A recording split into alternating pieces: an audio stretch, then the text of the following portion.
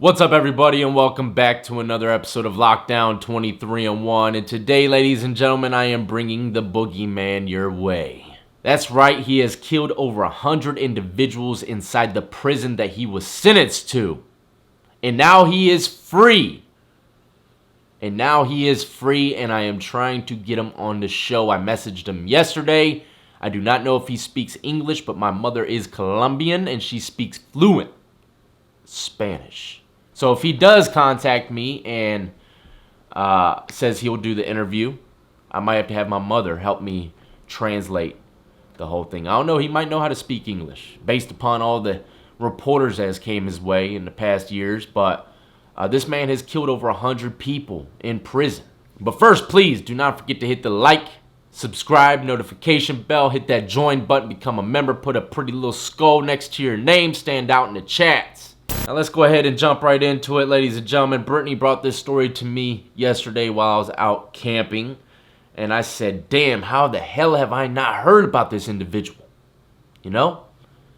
It's absolutely unbelievable. After 42 years in prison and over 100 murders, 64-year-old Pedrino Matador, Killer Pete is what many call him, now comments crimes in YouTube videos and is preparing a documentary about his life. Out of jail for 7 months now, Brazil's greatest serial killer guarantees he only wants peace. Brazil's serial killer. Yes, ladies and gentlemen, that's right, I said it, Brazil. I told y'all before that in my eyes, Brazil has the most treacherous prisons on earth.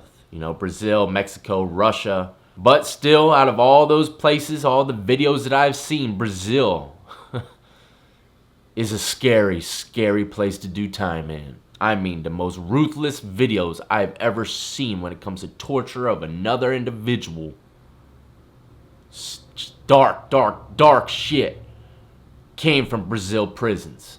And ever since I've seen these videos, it has literally put fear in my heart, and I don't think I will ever travel to Brazil in my life, just off the strength that, hey, I could get tricked up and land my ass in that treacherous ass hell on earth called their prisons. Now, this story was written a while ago, so I think he's been out a little bit longer than 7 months, all right? But let's go ahead and keep reading about this individual's life. Pedrino Matador's channel has over 28,000 subscribers. I believe he has 50-something thousand subscribers now. And he also has 2.5 million views. I'm sure it's doubled by now. The idea came from his friend, 30-year-old Pablo Silva, who also produces the videos. These are crimes which outrage us, filled with lies and put an end to happiness of a person. After spending more than 4 decades in prison, Pedrino also feels responsible for warning younger people on the risks of a life of crime.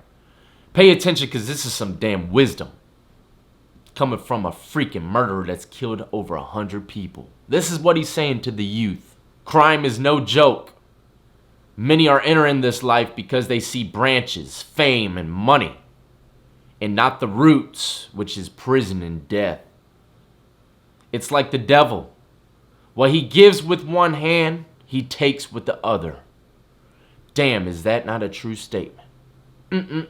There are many young people who enter this life, and when they want to get out, it's just too late, he says. Among the things which do not fit the code of conduct established by Pedrino for young people, and which disturb him deeply, are breaking bus stops, riding skateboards on sidewalks, disrespecting older people, lying to parents about where they are going.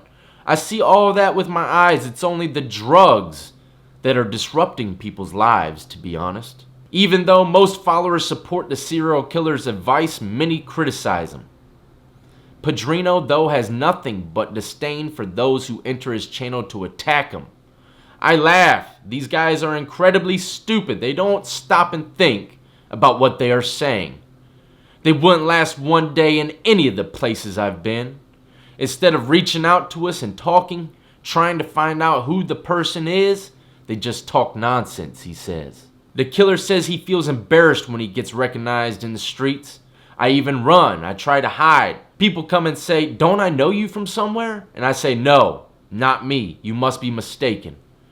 But some have no shame, get close and take pictures. The harassment, however, is not completely troubling for him. I feel happy at times because people learn a bit about what they don't know. The life of Padrino Matador is about to become a documentary, and I can't wait to see this. I don't know if it's already out or not, but damn, this has got to be one intense ass documentary. Filmmaker Bruno Santana of the Doubles and Autores Agency has been taking the serial, and hopefully I pronounced that appropriately, has been taking the serial killer to the places where he committed his crimes and plans to tell the facts yet unknown. According to Santana, Padrino wasn't always a killer. He was Padrino de Catrua. The more than 100 murders committed by Padrino were not enough to frighten Santana during the recordings. He sleeps right here in the production company. I'm cool with that. I even leave the swords next to him, he jokes. Would you sleep in a production company with someone that's killed over 100 men?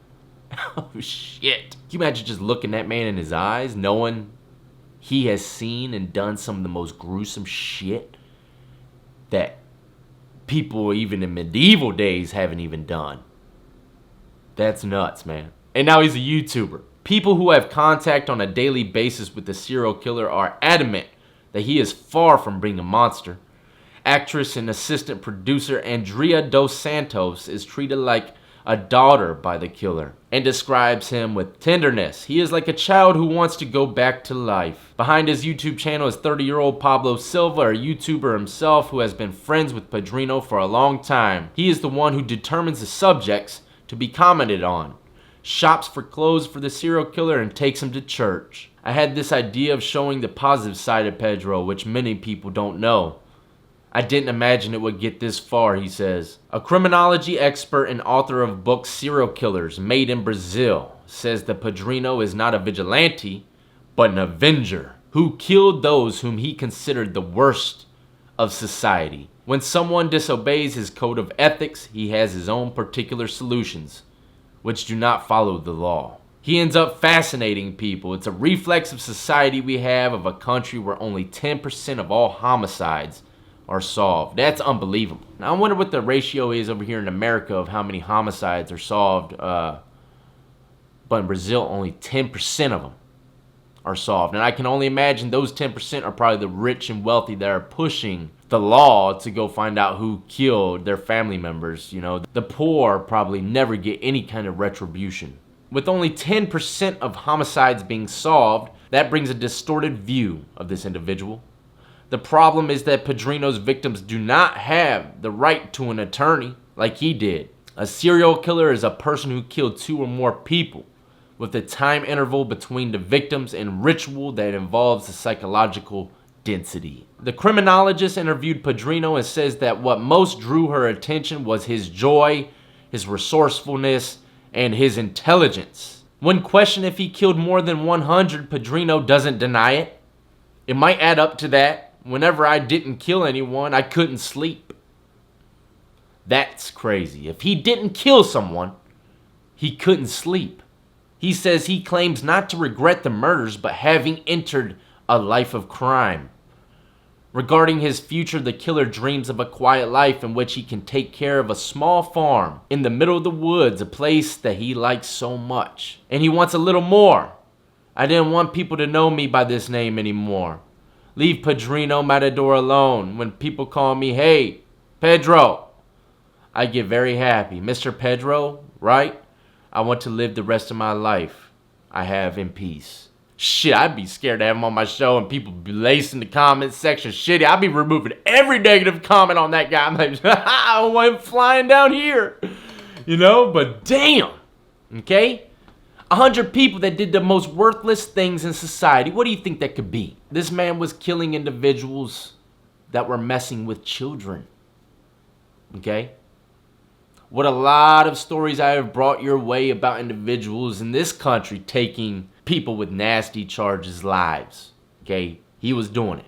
In Brazil, over 100 individuals that were in prison for doing dirty things. Very dirty and despicable things. That's why a lot of people praise this man. But also a lot of people might look at it from a different outlook because, like I said in the article, a lot of these guys didn't have the, the right to an attorney. They didn't have money, or they just couldn't get one. A lot of these individuals that he tortured or murdered might have been innocent, you know? But I can completely understand how, in his eyes, he was doing the right thing. I mean, these individuals are in there for doing the most despicable things. Things that almost everyone watching these videos, I'm not going to go into detail about it, but y'all would agree with it. I can guarantee it. I'll leave his YouTube channel linked in the comment section below and in the description of the video. When Brittany showed me this, man, it's just unbelievable, you know? I believe this man is the greatest serial killer that ever lived. One thing that just really blows my mind about this whole story is that he's a freaking YouTuber. This guy is like the alpha of alpha prison YouTubers. I don't know if he's talking about prison, but he's trying to deter kids from joining that life of crime. And what he said is so true, man. He said the street life, the life of crime is like Satan. He gives you so much with one hand and takes even more with the other. For those that believe in Satan. Some people just believe you'll die and that's it. Blackness. You know? Last night I had a crazy ass dream, man. Crazy dream, and I woke up in a sweat. I had a dream I was on the streets of Chicago. I don't know if it was because I just interviewed DeMel and he was talking about Chicago, but I had a dream I was in Chicago on the block with a group of individuals. I had no idea who they were, you know. But we were getting into gunfights. I did some pretty vicious shit in my dreams, I'm not going to lie. And you know what's crazy? In every last one of my dreams where I'm fighting someone, my fists, they'll go really fast and then they'll go super slow. Oh, I can't hit them with all force, so I'm trying it again. And it's so slow. But when I have a weapon in my hands, it's full force and graphic. That's what my dream was like last night. And some people would say, damn, that was a nightmare. No, it wasn't a nightmare. You know why? Because I was the one doing the violence. And then I asked myself, why the hell am I having dreams like this? You know? And I also read when you know, I hate to deter it and jump subject, but I read, because I am coming off of marijuana, okay? And I read within the first 2 weeks of quitting that, your dreams become so intense, it's unreal, you know? And when I did go to sleep, because I just took a bong rip or something, I never dreamed, man. I haven't dreamed in a very long time. So now that I'm off of the trees, man, my dreams are so damn vivid. So vivid that it kind of scares me to go to sleep, man. I'm like, damn, man, this is like reality, man. You know? I have yet to have had like a really good peaceful dream. It's always been about violence or something. Maybe it's just I'm feeding my mind negativity before I go to sleep reading these stories and stuff like that. But let me know in the comment section if this happens to you. It's not as bad as you might think. I guess it's all on your head, man. After a few days, it's just like, damn. You know, one thing that triggered me the other day that really wanted me to go light up a cig was someone driving past me. Old man, too. Old man. He's lighting up a cig, puffing that thing in the damn Mercedes. I said, shit, that old man's still smoking cigs. He's just fine. It makes you say to yourself, I can smoke cigs and be 70 years old, be fine driving a Mercedes, too. But that's not always the case. There's a lot of genetics involved. And some people just get the shit into the stick. They'll smoke 2 cigs and pow! Cancer. Might not have came from the cigs, but hey, it just happened like that, you know? But that's what triggered me and almost made me go back to a cig. But it's not going to, man. It's not going to. I'm quitting these damn things. And it's one of the hardest things I've ever had to do in my life. And that just shows me that the brain is so powerful, man, you know? Because when you're faced with jail, you get locked up, and you have no other choice but to go without stuff, you're perfectly fine with it. You know, unless you're addicted to heroin, of course you're going to see the physical withdrawals from it. But every time I got locked up, cigarettes didn't mean nothing to me anymore because I knew I couldn't get them, you know, until I went to prison or something. But that just goes to show you how powerful the mind is, man. and how much control you truly do have over your mind. You know, all the things that you say, oh, I can't live without it, I gotta have it. You can live without it. You don't need it. Go to jail and you'll find this shit out very quickly. You know, but I'm gonna wrap it up right here, ladies and gentlemen. Do not forget to hit the like, subscribe, and notification bell. I hope you got a little bit of wisdom from this episode, and stay on the lookout, ladies and gentlemen. I'm really trying my hardest to get this individual on the show. I mean, this will be damn epic. This man's already got a book out, and if I can find a link to it, I'll pin that in the comment section with his YouTube channel. But I believe they're gonna be making a documentary on him too, a movie. So shoot, he might charge me to come on the show, man. Most people, if they charge me to come on the show, hey, yeah, you know, this amount of money, I'll come on. I don't do it. I don't charge people to come on, and I don't pay people to come on this show. We scratch each other's backs around here. You know what I mean? So, hopefully that's the case with this individual. He just wants to spread the good word and try to deter the youth from going down the route that he did. But this man, I mean, look at him in his eyes. Look at his eyes. He has seen some of the most treacherous shit you could ever possibly imagine. And he's committed it with his own hands.